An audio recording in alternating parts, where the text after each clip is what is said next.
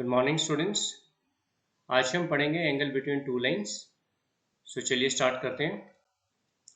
Suppose two lines AB and CD intersect each other and let theta be the angle between them.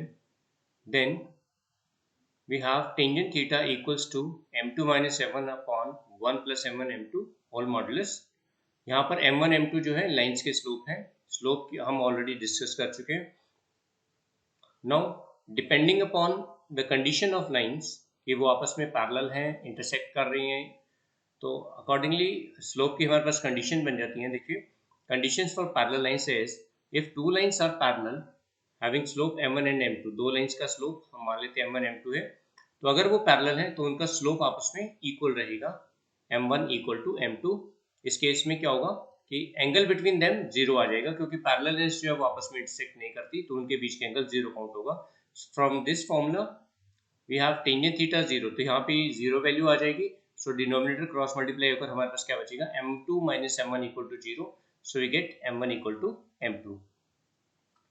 इसी तरह से अगर हमारे पास बच्चों दो लाइन आपस में परपेंडिकुलर है, then the product of their slopes is -1, और we can say m1 equal to -1 upon m2, और you can write m2 equals to -1 upon m1। यानी कि परपेंडिकुलर लाइंस के स्लोप का प्रोडक्ट -1 होने के साथ हम ये भी कह सकते हैं कि परपेंडिकुलर लाइंस का स्लोप जो होता है वो एक दूसरे का नेगेटिव रेसिप्रोकल होता है। सो अगर हमें एक स्ट्रेट लाइन दे रखी है, उसका स्लोप हमें पता है, तो हम उसके परपेंडिकुलर लाइंस का स्लोप निकाल सकते हैं उसी लाइन के स्लोप को नेगेटिव रेसिप्रोकल करके। Then 3 points are collinear if their slopes are equal. मान लीजिए हमारे पास 3 पॉइंट है A, B, C। एक ही स्ट्रेट लाइन पे अगर ये तीनों पॉइंट्स हैं तो क्या होगा, slope of AB equal to slope of BC। इनका स्लोप इक्वल आएगा, slope of AB equal to slope of BC। 10th class में आपने कोलिनियरिटी के लिए बच्चों ये जो कंडीशन पढ़ी थी, वहां पे आप एरिया ऑफ ट्रायंगल को जो थे जीरो के इक्वल पुट करते थे। अगर एरिया ऑफ ट्रायंगल जीरो आ जाता था then we say that the points are collinear, but यहाँ पे हम स्लोप के बेसिस पे क्वेश्चंस को करेंगे। चलिए कुछ क्वेश्चन करते हैं। आज का हमारा पहला क्वेश्चन है बच्चों, find the angle between x axis and line joining the points 3, -1 and 4, -2। So question बहुत सिंपल है। देखिए बच्चों, पहले हम इसकी थोड़ा ज्योमेट्री समझें। अगर हम इसको विजुलाइज कर पाए तो बहुत इजी हो जाता है क्वेश्चन। देखिए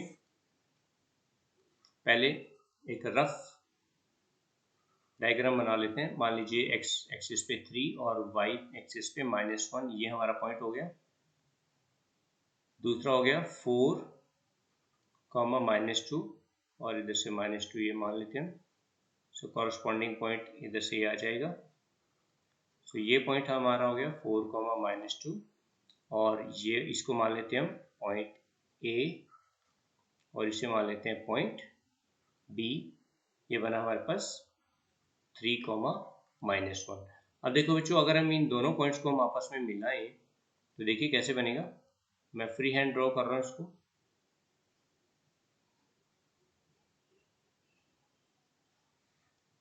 ऐसे एक लाइन पास करेगी यहाँ से इन दोनों पॉइंट से, तो देखिए यहाँ पर जो एंगल बन रहा है एक्स एक्सिस के साथ इस स्ट्रेट लाइन का, ये वाला, ये क्या बन रहा है, ऑब्ट्यूज एंगल बन रहा है।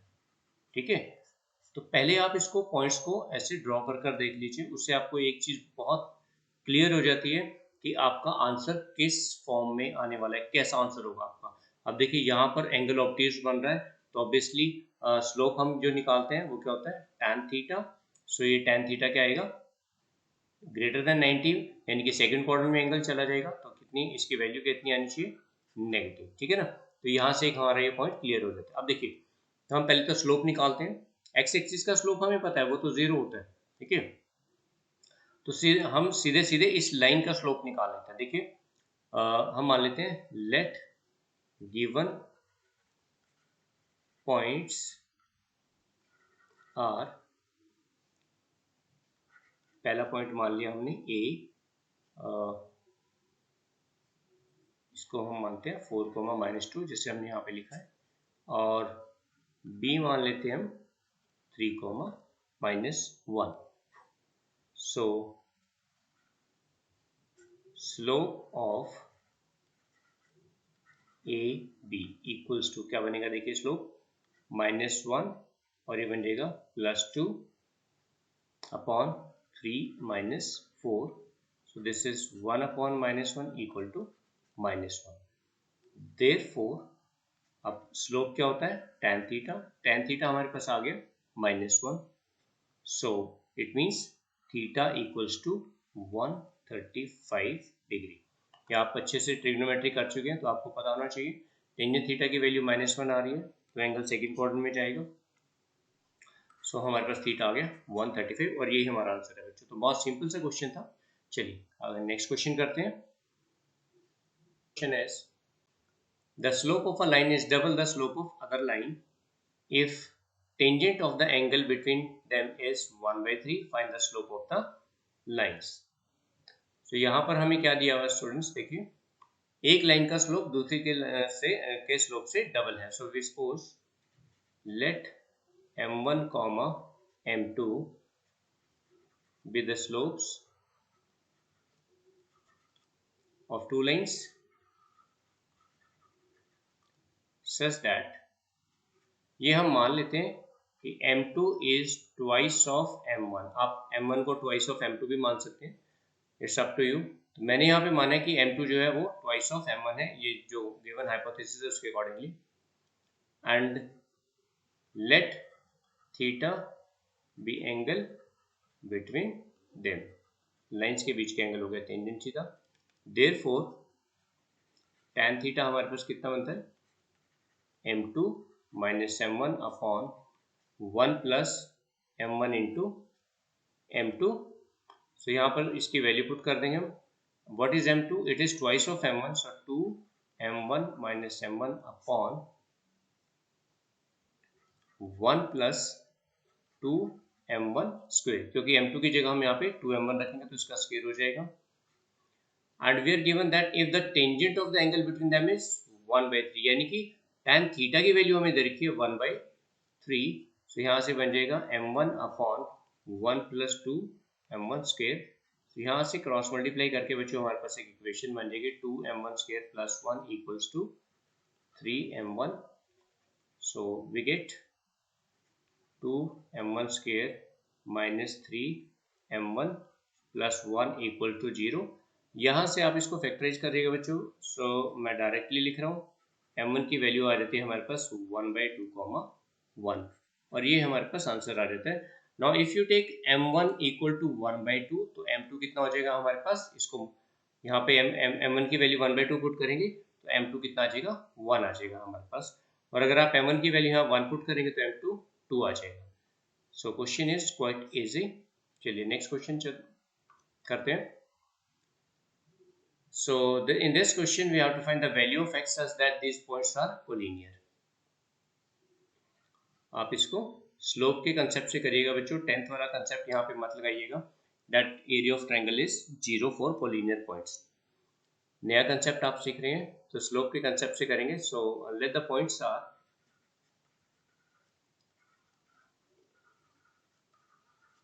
पॉइंट्स की नेमिंग कर लेते हैं हम. सो फर्स्ट पॉइंट हम मान लेते हैं A, दूसरे वाला हो गया B and the third point C. अब अगर ये कोलिनियर हैं, जैसे मैंने अभी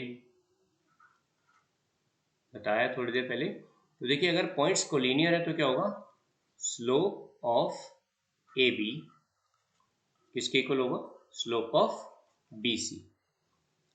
तो अब यहाँ पर हम पहले AB का स्लोप निकालेंगे. डायरेक्टली मैं इसको सॉल्व कर रहा हूँ बच्चों. तो AB का स्लोप जो बनेगा वो क्या होगा, -1 माइनस, ये देखिए 1 minus y2 minus y1, 1 minus, और ये भी -1 है, y1 y2 minus y1 upon x2 minus x1 that is 2 minus x equal to. अब BC का स्लोप लिखेंगे तो 5 माइनस 1 अपॉन 4 माइनस 2. So यहाँ पे न्यूमिनेटर बनता है 2 upon 2 minus x and on the right hand side we get 4 upon 2 equals to 2. So यहाँ से 2 भी कैंसिल हो जाएगा, so we get 1 equals to 2 minus x और x इक्वल टू 2 माइनस 1, तो x इक्वल टू 1 और ये हमारा आंसर आ गया, x की वैल्यू आ जाती है 1। सो क्वेश्चन बहुत सिंपल है बच्चों। चलिए अब हम आगे बढ़ते हैं बच्चों। नेक्स्ट हमारे पास जो कंसेप्ट है वो है intercept of a line on the axis. बहुत सिंपल सा कंसेप्ट है। Suppose a straight line PQ intersect x and y axis at point A and B। यहाँ पर A और B पॉइंट्स पे x एक्सिस के ऊपर पॉइंट A पे कट कर रही है लाइन PQ और y एक्सिस के ऊपर पॉइंट B पे। तो इंटरसेप्ट का मतलब क्या, देखिए डायरेक्टली हम इस पे आ जाते हैं। अब ये लाइन PQ जो है x एक्सिस को A पे कट कर रही है, तो ओरिजिन से O से लेकर A तक का जो डिस्टेंस बनेगा, मान लीजिए ये डिस्टेंस है हमारे पास 5 सेंटीमीटर ऑन x एक्सिस। कहाँ से कहाँ, O से लेकर A तक, ये वाला पॉइंट है। इसी तरह से y एक्सिस के ऊपर जहाँ पे ये पॉइंट ऑफ इंटरसेक्शन है B, यहाँ से लेकर और नीचे तक ओरिजिन से B तक का डिस्टेंस मान लेते हैं 6 सेंटीमीटर। तो इंटरसेप्ट का मतलब है कि एक स्ट्रेट लाइन x एक्सिस पे कितना डिस्टेंस कट कर रही है ओरिजिन से, और ऐसे ही y एक्सिस पे, तो इसको हम बोलेंगे OA। OA यहाँ पे जो बन गया वो x इंटरसेप्ट बना, और इसकी वैल्यू कितनी है, मैंने सपोज किया है ये 5 सेंटीमीटर, ये कितना भी हो सकता है। सिमिलरली जो OB बनेगा, ये बनेगा हमारे पास y इंटरसेप्ट, जिसको मैंने 6 सेंटीमीटर मान लिया है। और ये कोई ज़रूरी नहीं है फर्स्ट क्वाड्रेंट में एक स्ट्रेट लाइन किधर भी इंटरसेप्ट बना सकती है।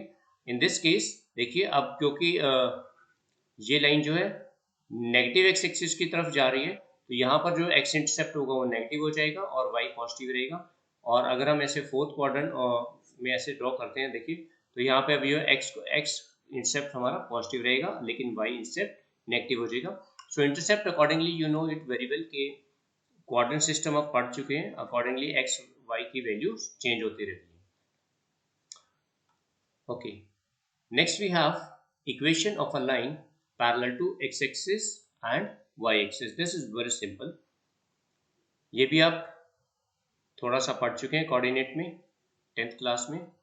सो यहाँ पर देखिए बच्चों, मैंने ऑलरेडी ड्रॉ करके रखी है। यह मान लेते हैं line AB which is at a distance say k units from origin. सो के यहाँ पे मैंने कुछ भी लिया, आप इसको कोई फिक्स नंबर भी लिख सकते हैं। अब तो देखिए, जब हम बात करते हैं equation of a line parallel to x axis, x axis का पैरेलल होने का मतलब क्या है कि वो लाइन वाई के परपेंडिकुलर भी होगी। So any line which is perpendicular to y axis is obviously parallel to x axis. तो यहाँ पर जैसे मैंने लिखा, देखिए ये लाइन है, मैंने लिखा है y इक्वल्स टू के, आप इसको कुछ नंबर भी लिख सकते हैं। सपोज हम मान लेते हैं k equal to 2 units. Okay, तो y एक्सिस पे कितना डिस्टेंस हुआ, फिर y एक्सिस पे यहाँ पे डिस्टेंस हो गया 2 यूनिट्स। तो इसकी इक्वेशन हम y इक्वल टू 2 भी लिख सकते हैं और y minus 2 equal to 0। In general जैसे मैंने यहाँ पे k लिखा था, तो इक्वेशन क्या बन जाती है, y equal two plus minus k। Above x axis है तो पॉजिटिव होगा y, और बिलो y एक्सिस जो होगा वो नेगेटिव आ जाएगा। सो उसके लिए नेगेटिव लिखेंगे तो और you can write as minus plus y minus plus k equal to 0। देखिए राइट हैंड साइड पे अगर नंबर पॉजिटिव है, जैसे यहाँ पर था, तो लेफ्ट में आके नेगेटिव हो जाएगा और नेगेटिव पॉजिटिव, इसलिए मैंने ये साइन चेंज किया। यहाँ पे प्लस माइनस था तो इधर आके माइनस प्लस हो जाएगा। तो ये हमारे पास इक्वेशन बन जाती है, equation of a line which is parallel to x axis. Similarly second case हमारे पास बनता है equation of a line which is parallel to y axis. अब वाई एक्सिस के जो पैरेलल होगी ऑब्वियसली वो क्या होगी, एक्स एक्सिस के परपेंडिकुलर हो जाएगी line. So suppose P Q line जो है एक्स एक्सिस के परपेंडिकुलर है। On the right hand side of y axis यहाँ पे हम डिस्टेंस मान लेते हैं, ये सपोज दिस इज 4 यूनिट्स। अब यहाँ पे डिस्टेंस हमारा हुआ x इक्वल टू 4 यूनिट्स, तो इक्वेशन बन जाएगी x माइनस 4 इक्वल टू 0। ये इक्वेशन आ गई एक लाइन की जो कि y एक्सिस के पैरेलल है। इसी तरह से अगर ये इंटरसेप्ट लेफ्ट हैंड साइड पे हम लेकर चले, मतलब इसी लाइन को अगर हम नेगेटिव एक्सिस की तरफ ड्रॉ कर दें, नेगेटिव एक्स एक्सिस की तरफ, तो यहाँ पर मैं हल्का सा ड्रॉ करता हूँ, फ्री हैंड प्रॉपर्ली ड्रॉ नहीं हो पाएगा ये। तो यहाँ पे हमारे पास आ रही थी लाइन x इक्वल टू -4, तो इक्वेशन बन जाएगी x प्लस 4 इक्वल टू 0। सो इसी तरह से अगर हम जनरल बात करें तो equation of a line which is parallel to y axis is x equal to plus minus a, or you can write x minus plus a equal to 0. Okay, I think this is clear to you, बहुत easy है ये। चलिए आगे बढ़ते हैं अब हम इसी कंसेप्ट के ऊपर बेस्ड बच्चों हमारे पास फर्स्ट क्वेश्चन आज का, find the equation of a line which passes through the point 2, -3 and which is parallel to x axis, second part में पैरेलल टू वाई एक्सिस। तो देखिए बहुत सिंपल है ये। तो पहले हमारे पास देखिए पॉइंट दे रखा है, इसको आप चाहो तो एक्सिस पे ड्रॉ कर सकते हो। अभी यहाँ पे हमसे इक्वेशन पूछी गई है, ये ड्रॉ करने को भी पूछा जा सकता है, इक्वेशन के साथ साथ इसका ग्राफ भी बनाकर दिखा सकते हैं। सो यहाँ पे हमारे पास पॉइंट है x इक्वल टू 2 और y है 3। मैं मान लेता हूँ कि कॉरस्पॉन्डिंग ये पॉइंट आ जाएगा हमारे पास 2, -3 फोर्थ क्वाड्रेंट में। अब यहाँ से एक लाइन पास कर रही है, it should be parallel to x axis. First part में अगर हम बात करें तो पैरेलल टू एक्स एक्सिस। तो बच्चों जैसे मैंने अभी आपको बताया, जो लाइन एक्स एक्सिस के पैरेलल है, ठीक है ना, वो y के क्या होगी, परपेंडिकुलर होगी। अब y कंसेप्ट, y कोऑर्डिनेट यहाँ पे कितना देखिए -3, ये जो मैंने पॉइंट लिखा था -3। तो हम क्या करेंगे, यहाँ से एक लाइन ड्रॉ कर देंगे। अभी मैं सिर्फ ग्राफ की बात कर रहा हूँ, ग्राफ से बेटर समझ में आता है। एक लाइन यहाँ से ऐसे ड्रॉ कर देंगे at x equal to y equal to -3, तो ये x एक्सिस के पैरेलल आ जाएगी। तो फिर इक्वेशन क्या बनेगी बच्चों, y equal to -3 implies y plus 3 equals to 0। तो ये फर्स्ट पार्ट का हमारे पास आंसर आ जाता है। ये कंडीशन हमें गिवन है कि लाइन जो है 2, -3 से पास करनी चाहिए, अदरवाइज तो बहुत सारी लाइन्स ऐसी बन जाएंगी जो एक्स एक्सिस के पैरेलल होंगी, चाहे वो बिलो एक्स एक्सिस हो या above x axis. Second part में हम आ जाते हैं। वैसे देखिए सेकंड पार्ट में क्या है, parallel to, it should be parallel to y axis. अब जो वाई एक्सिस के पैरेलल है, ऑब्वियसली वो क्या होगी, एक्स एक्सिस के परपेंडिकुलर होगी। तो अब एक्स एक्सिस पे यहाँ पे देखिए कितना पॉइंट है, ये एब्सिसा यहाँ पे जो है वो है 2। तो यहाँ पर हम एक लाइन ड्रॉ कर देते हैं which is perpendicular to x axis.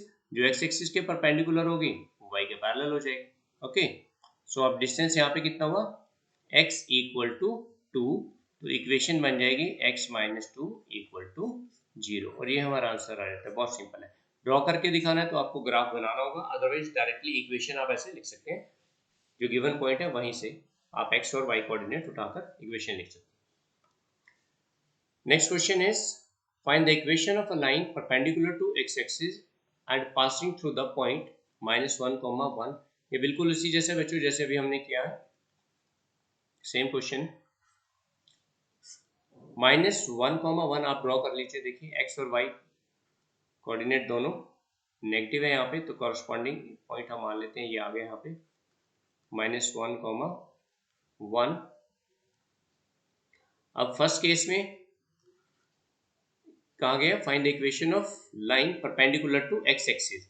अब वो x के परपेंडिकुलर होनी चाहिए। जब x के परपेंडिकुलर है तो सीधी सी बात है वो y के पैरेलल होगा, ठीक है। तो x के परपेंडिकुलर अब किस पॉइंट से, -1, 1 से। तो आप यहाँ से x के परपेंडिकुलर यहाँ से y के पैरेलल एक इक्वेशन हम एक लाइन हम ड्रॉ कर देंगे ऐसे।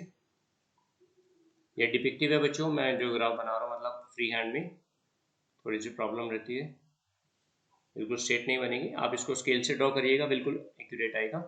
सो फिर हमारे पास इक्वेशन क्या बनी, x इक्वल टू -1 और x प्लस 1 इक्वल टू 0।